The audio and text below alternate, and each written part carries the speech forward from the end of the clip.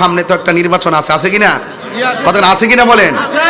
যদি বৃহত্তর সুন্নি জোট যদি আমাকে এখানে হবিগঞ্জ 4 মাধবপুর চুনারগাঁয়ের জন্য যদি মনোনীত করে, ইনশাল্লাহ আপনাদের সার্বিক মনসম্মতি থাকে এবং অল্প সময়ের ভিতরে আপনাদের মনের ভিতরে যে একটা গণজোয়ার সৃষ্টি হয়েছে, আপনাদের বাদ বাংলার জোয়ারকে কাজে লাগিয়ে ইনশাল্লাহ আমরা সকলকে নিয়ে চেষ্টা করব অন্তত আহলুস সুন্নাত ওয়াল জামাতের প্রতিনিধি হয়ে যেন আমরা যেন সংসদে গিয়ে ইয়া নবী সালাম আলাইকা পড়তে পারি। কথা বলেন ঠিক না বেঠে? আল্লাহ আমাদের সকলকে বোঝার তৌফিক দান। সবাই বসুন ইনশাআল্লাহ।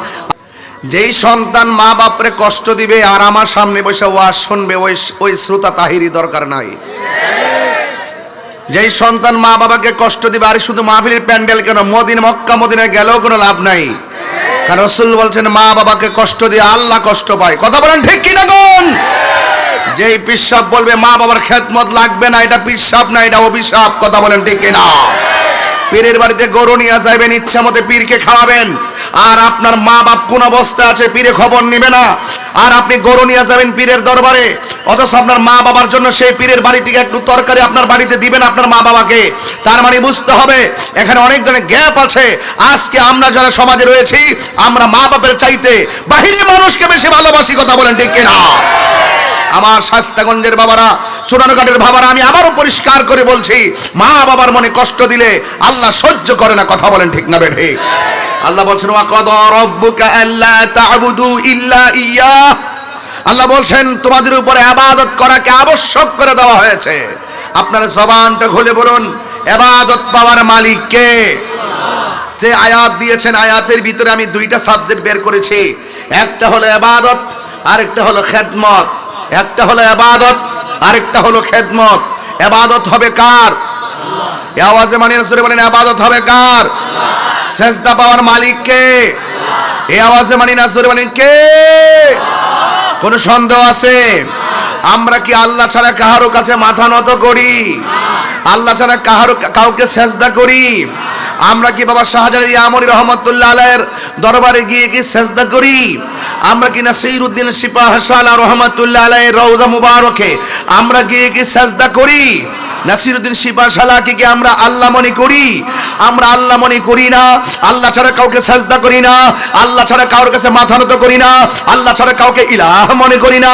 আমরা মাকে সম্মান করি মা জানে, বাবাকে সম্মান করি বাবা জানে, উস্তাদকে সম্মান করি উস্তাদ জানে, রাসূলুল্লাহকে সম্মান করি রাসূল জানে, নবীকে সম্মান করি নবী জানে, মা বাপকে সম্মান করি মা বাবা জানে, আল্লাহকে সম্মান করি আল্লাহ জানে। আমাদের কনসেপ্ট, আমরা মাজারে গিয়ে সেজদা করি না, আমরা মাজারে গিয়ে জিয়ারত করি। জিয়ারত করা হলো সুন্নাত। এই সুন্নাতকে অনেকে পূজার সঙ্গে তুলনা করে। আমরা করি জিয়ারত, আর তারা আমাদেরকে মাজার পূজারীর ট্যাগ দিয়ে রাষ্ট্রযন্ত্র থেকে আমাদেরকে বিচ্ছিন্ন করে যে মাইনাস ফর্মুলা সৃষ্টি করে বৈষম্য সৃষ্টি করে রাখা হয়েছে।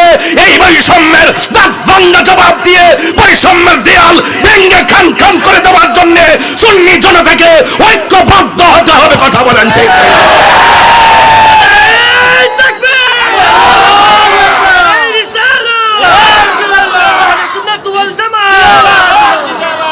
আমার ভাইয়েরা, কথা পরিষ্কার, কথা অত্যন্ত আকাশে উদীয়মান তার কারাজির মতন পরিষ্কার, আকাশে দীপ্যমান সূর্যলোকের মতো পরিষ্কার, আকাশে উদীয়মান সূর্যালোকের মতো পরিষ্কার। ইউনিভার্সাল ট্রুথ হিসাবে আমি বলে দিয়ে যেতে চাই, আজকে রাষ্ট্রযন্ত্র আহলুস সুন্নাত ওয়াল জামাতকে মাইনাস ফর্মুলায় রেখেছে একটা মাত্র কারণ, ওই সমস্ত রাষ্ট্রযন্ত্রের ডানে বামে স্বাধীনতা বিরোধী, সার্বভৌমত্বের বিরোধী, ধর্মদ্রোহী, দেশদ্রোহী মানুষের ছত্রছায়ায় রাষ্ট্রযন্ত্র পরাধীনতার শৃঙ্খলা আবদ্ধ হওয়ার কারণে মনে হচ্ছে যেন জিম্মি হয়ে আছে। সেই জিম্মির দেয়ালকে ভেঙে দিতে হলে এই দেশের 65% তরিকাপন্থীকে এই দেশের সার্বভৌমত্ব সুরক্ষায় কাজে লাগাতে হবে। কথা বলেন ঠিক কিনা বলেন? আমার ভাইয়েরা, কোন জায়গায় সমস্যা সেটা আপনাকে ফাইন্ড আউট করতে হবে। সমস্যাটা কোন জায়গায়? শিক্ষিত সমাজ কয় সুন্নিরা মাজার পূজারি, শিক্ষিত সমাজ কয় সুন্নিরা ভণ্ড, শিক্ষিত সমাজ কয় সুন্নিরা মাজারে গিয়ে পূজা করে, শিক্ষিত সমাজ কয় সুন্নিরা মাজারে গিয়ে সেজদা করে। আসলে কি সেজদা করি? মানে আসলে কি সেজদা করি? এই যে আমাকে আয়াত দিয়েছেন, এখন বলবেন যে তাহিরি গরম ভাষায় কথা বলে, আমার হাত বান্দিবি পা বান্দিবি মন বান্দিবি কেমনে? মনে করছেন নরম একটা বিষয় দিলেই আমি ঠান্ডা হয়ে যাব? আমি ঠান্ডা হওয়ার পিলাম না, হক কথা বলবই, সাদাকে সাদা বলবই। চুনারঘাটের মানুষ, মাধবপুরের মানুষ, শাস্তাগঞ্জ, হবিগঞ্জ, লাখাইয়ের মানুষ, আপনারা বলুন আমরা সুন্নিরা কি দুই না এক? একসাথে থাকলে কারো ক্ষতি হবে না। যদি আলাদা আলাদা থাকেন তাহলে ওই রাষ্ট্রযন্ত্র যেইভাবে বৈষম্য সৃষ্টি করেছে, আজকে শাহপুরান, এরপর চলে গেছে ওই ফরিদপুরি, এরপর চলে যাবে আরেক জায়গায়, 2 দিন পরে দেখবেন ওই উপকারা আবার নাসিরউদ্দিন শিপাশালার দিকে তাকিয়েছে। এই জন্য সেই লাল চোখে আমরা পরিষ্কার ভাষায় বলতে চাই, আল্লাহর ওলি মাজারকে সুরক্ষা করার দায়িত্ব ইনশাআল্লাহ আমাদের। কথা বলেন ঠিক না বেঠিক? সবাইকে এক হতে হবে, সবাইকে ঐক্যবদ্ধ থাকতে হবে। আমার শাস্তাগঞ্জের মানুষ, আমরা কি এখন খানকায় বসে থাকার সময় আছে? আরে হাত তুলে বলো আছে।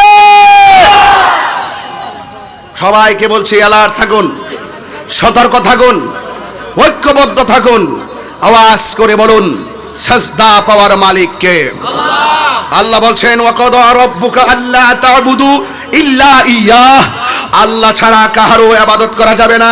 আল্লাহ বলেন তোমাদের উপরে ইবাদত করাকে আবশ্যক করে দেওয়া হয়েছে। আল্লাহ বলেছেন ওয়া ইলাহুকুম ইলাহু ওয়াহিদুন লা ইলাহা ইল্লা হুয়ার রহমানুর রহিম, কুল হুয়াল্লাহু আহাদ আল্লাহুস সামাদ লাম ইয়ালিদ ওয়া লাম ইউলাদ ওয়া লাম ইয়াকুল লাহু কুফুয়ান আহাদ। সুন্নিদের কনসেপ্ট ক্লিয়ার, আল্লাহ হলো একজন, আল্লাহু লা ইলাহা ইল্লা হুয়াল হাইয়ুল কাইয়্যুম, আল্লাহ হলো চিরঞ্জীব সর্বনিয়তা, লা তাখুযুহু সিনাতু ওয়া লা নাওম, আল্লাহর তন্দ্রা নাই নিদ্রা নাই, আল্লাহ পাকের তন্দ্রা নাই নিদ্রা নাই।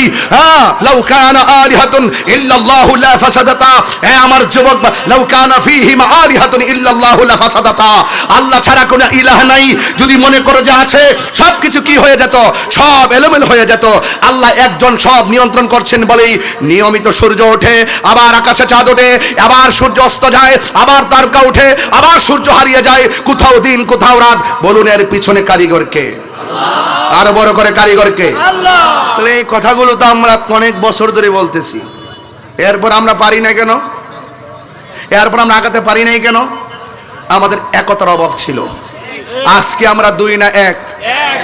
আপনারা চিন্তা করবেন না, যারা ঐক্যবদ্ধ হয়েছে, যারা ঐক্যবদ্ধ হয়েছেন আলহামদুলিল্লাহ, তৃণমূল আপনাদেরকে খুব সুন্দর করে গ্রহণ করেছেন।